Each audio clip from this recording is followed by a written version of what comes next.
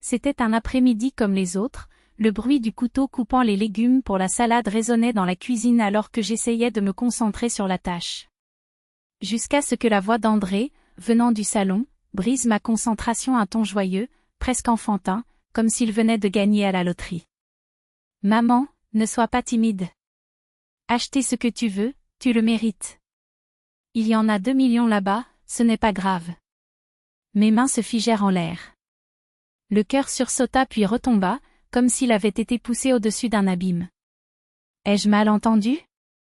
J'ai fermé les yeux pendant une seconde, espérant que ce n'était que mon imagination. Mais non. Continua André, excité, comme s'il offrait des bonbons à un enfant. Sérieusement, maman, tu n'as pas besoin d'économiser.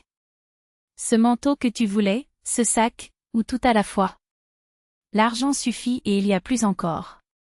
J'ai laissé tomber le couteau sur la planche à découper avec un bruit sourd.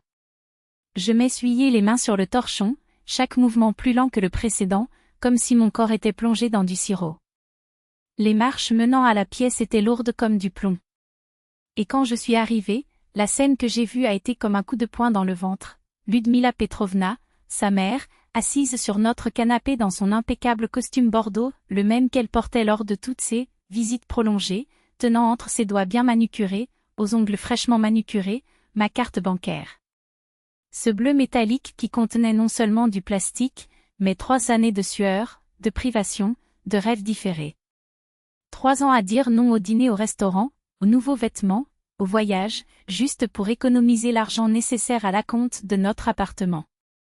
Elle fit tournoyer la carte entre ses doigts, l'examinant comme s'il s'agissait d'un bijou rare, un sourire satisfait jouant sur ses lèvres. André, mon mari, était à ses côtés, radieux, comme s'il venait d'offrir au monde la paix éternelle. André, ma voix était étrangement calme, presque glaciale, malgré l'ouragan qui hurlait en moi. J'ai besoin de te parler.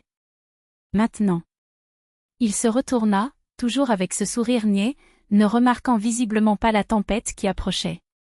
Bien sûr, mon amour. Maman disait juste qu'elle allait au centre commercial. J'ai pensé que je pourrais lui remonter le moral un peu. Après tout, nous avons de l'argent, n'est-ce pas? Son ton était léger, comme s'il parlait de monnaie contre du pain. Dans la cuisine. Déjà. Quelque chose dans mon intonation, ce ton d'acier dans lequel j'avais profondément enfoui pendant des années, le fit se lever brusquement. Le sourire vacilla. Ludmila Petrovna, bien sûr, n'a pas manqué une seconde de la scène, nous observant par-dessus ses lunettes à monture dorée, avec un intérêt qu'elle ne faisait aucun effort pour cacher. J'ai fermé la porte de la cuisine derrière moi et je m'y suis appuyée, croisant les bras comme une barricade. André se tenait près du réfrigérateur, déplaçant son poids d'un pied sur l'autre, et pour la première fois j'ai remarqué une lueur d'incertitude dans ses yeux. Il commençait à comprendre que quelque chose n'allait vraiment pas. « Explique-moi, dis-je, chaque syllabe coupant comme du verre. »« Ça c'était quoi ?» Il s'est gratté l'arrière de la tête, un geste qu'il fait toujours lorsqu'il est en difficulté. « Eh bien. Maman a vu dans un catalogue un manteau Max Mara, celui qu'elle aimait bien, et je me suis dit, pourquoi pas? Nous avons de l'argent. 2 millions. Nous pouvons nous le permettre. Nous pouvons nous le permettre. » Ces paroles résonnaient dans ma tête comme une insulte. 2 millions, répétai-je en soulignant chaque lettre. Que nous avons mis en place. Ensemble. Pendant 3 ans. 3 ans, André. 3 ans à dire non à tout, juste pour verser un acompte sur notre maison. Et tu prends ma carte et tu la donnes à ta mère, sans même me consulter? Léna, n'exagère pas. Sa voix prit un ton défensif et il fit un pas vers moi. C'est juste un manteau. Ou peut-être autre chose, si elle le souhaite. Mais c'est ma mère. Elle nous a créés, elle le mérite. Le mérite. Le mot brûlait comme de l'acide. As-tu une idée de ce que tu viens de faire? Mon contrôle s'effondrait, et cette fois je ne voulais pas cacher ma fureur. Premièrement, il a pris mon portefeuille personnel, sans ma permission. Deuxièmement, il a révélé à un tiers un tiers, même si c'était sa mère le solde exact de nos économies. Troisièmement, il lui a donné carte blanche pour dépenser ce qu'elle voulait, sans limite, sans parler, sans rien. Je ne pensais pas que c'était si grave, il a essayé de me tenir la main, mais je me suis éloignée comme si son contact me brûlait. Bien sûr que tu n'as pas réfléchi. On ne réfléchit jamais quand il s'agit d'elle. Et puis les mots se sont déversés, comme un barrage qui finit par se briser. 3 semaines de « visite » qui duraient déjà des mois. Les commentaires sur ma nourriture, le bortsch trop liquide, les boulettes de viande trop sèches, la salade coupée, mal. Les meubles de notre maison étaient réorganisés pendant que je travaillais, comme si notre maison était un échiquier et qu'elle était la reine absolue. Hier, je suis rentrée à la maison et j'ai découvert que mon bureau avait été déplacé du salon vers la chambre parce que le Feng Shui disait que c'était mieux ainsi. Qu'en est-il des conseils non sollicités? Oh, c'étaient les pires. Au dernier souper, elle m'avait regardé dans les yeux et m'avait dit avec ce sourire doux et venimeux, « Léna, ma chérie, 30 ans, c'est fini. Le temps presse. Une vraie femme, à ton âge, a déjà 2 enfants. Elle veut juste aider. » André essaya de se défendre, mais sa voix était déjà secouée. Pour aider? Un rire amer s'échappa de ma gorge. Ce n'est pas une aide. C'est une invasion. C'est le contrôle. C'est comme si je n'existais pas dans ce mariage, comme si mes choix, mon corps, mon argent n'étaient pas les miens. C'est ma mère. Explosa-t-il, perdant finalement patience. Elle m'a élevée seule après la mort de mon père. Je ne peux pas l'ignorer. C'est une femme de 63 ans, avec une pension décente, un appartement de 3 chambres en centre-ville, sa propre voiture et une maison de campagne.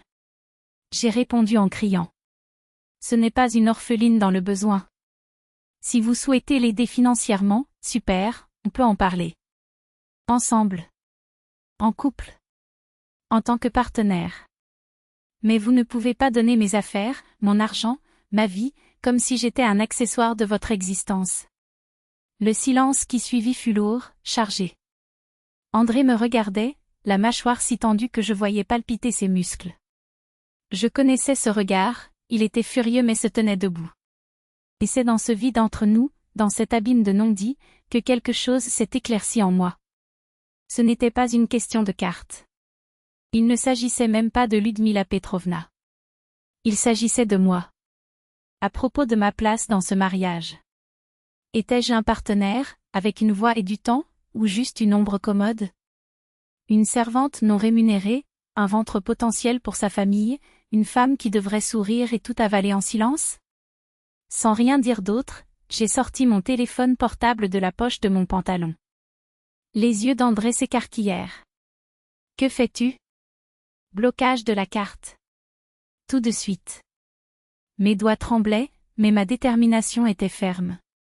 À moins que tu veuilles que ta mère soit gênée en payant ce manteau au centre commercial. Léna, pour l'amour de Dieu. Il doit déjà être à la caisse. Alors tu ferais mieux de courir. J'ai tourné le dos et j'ai quitté la cuisine. Ludmila Petrovna était toujours sur le canapé, feuilletant un magazine avec une indifférence calculée, comme si elle n'avait pas entendu chaque mot de notre cri. Mais je savais qu'elle avait tout entendu. Chaque syllabe. Chaque accusation. Ludmila Petrovna, j'ai tendu la main, paume vers le haut. Rendez-moi ma carte, s'il vous plaît. Elle leva lentement les yeux, feignant la surprise. Que veux-tu dire, chérie? Votre carte? Il a pressé le plastique contre sa poitrine, comme si j'essayais de voler un trésor. Mais Andriusha m'a donné. Et Andriusha n'en avait pas le droit, ma voix ne tremblait plus. C'est ma carte. Les gars. Et personne, pas même vous, ne peut l'utiliser sans mon autorisation. Comme c'est mesquin. S'est-elle exclamée de façon dramatique, en levant sa main libre comme si elle était sur scène. Tu ne veux pas faire plaisir à une pauvre vieille femme? Je l'ai accueillie comme une fille. Ce n'est pas de la mesquinerie. C'est du respect. Mes mains tremblaient maintenant de colère, mais je me forçais à garder un ton ferme. Ce n'est pas une question d'argent. C'est une question de limite. Si vous avez besoin d'aide financière, parlez-en à André. Les deux peuvent décider ensemble. Mais personne ne prend mes affaires sans demander. Personne. Elle renifla avec dédain, mais finit par me tendre la carte. la jetant presque avec dégoût. Ici. Mais sachez que vous manquez la chance de fonder une vraie famille. Je n'ai pas répondu. J'ai pris la carte, j'ai tourné le dos et je suis allé directement dans la chambre. Alors que je tapais le mot de passe dans l'application bancaire, une seule certitude m'est apparue, quelque chose avait changé. Et cette fois, il n'y aurait pas de retour en arrière possible. La table basse était stratégiquement placée, m'obligeant à me pencher comme si j'étais un sujet dans l'audience. À mon époque, une femme qui se respecte ne discutait pas, le mari parlait, la femme obéissait, et c'était tout. C'était ainsi que le respect était maintenu. Mais ces mariages modernes, ces femmes qui pensent avoir des droits. Nous vivons dans votre monde maintenant, n'est-ce pas? J'ai pris la carte fermement, j'ai redressé ma colonne vertébrale et je lui ai fait face sans cligner des yeux. Si mon mari veut une vraie famille, la voix était ferme, sans tremblement, elle sera construite sur l'amour et le respect mutuel. Il ne s'agit pas des dictatures ou des patriarcats du siècle dernier. Et il devra comprendre cela. Je me tournai vers André, qui se tenait sur le seuil de la cuisine avec une expression comme s'il venait de voir un fantôme. Comme si je me voyais pour la première fois. Ses yeux brillaient entre l'admiration et la panique.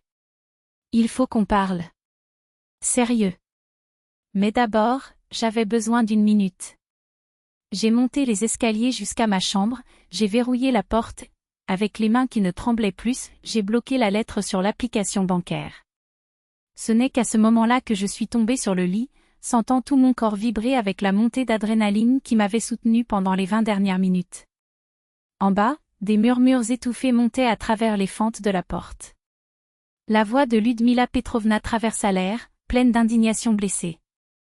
Comment oses-tu la laisser me parler comme ça? Je suis ta mère. Je t'ai élevée, je t'ai soutenue après la mort de ton père, j'ai travaillé 3 boulots pour te faire entrer dans la meilleure école, et tu permets ça, cette fille. Maman, ça suffit.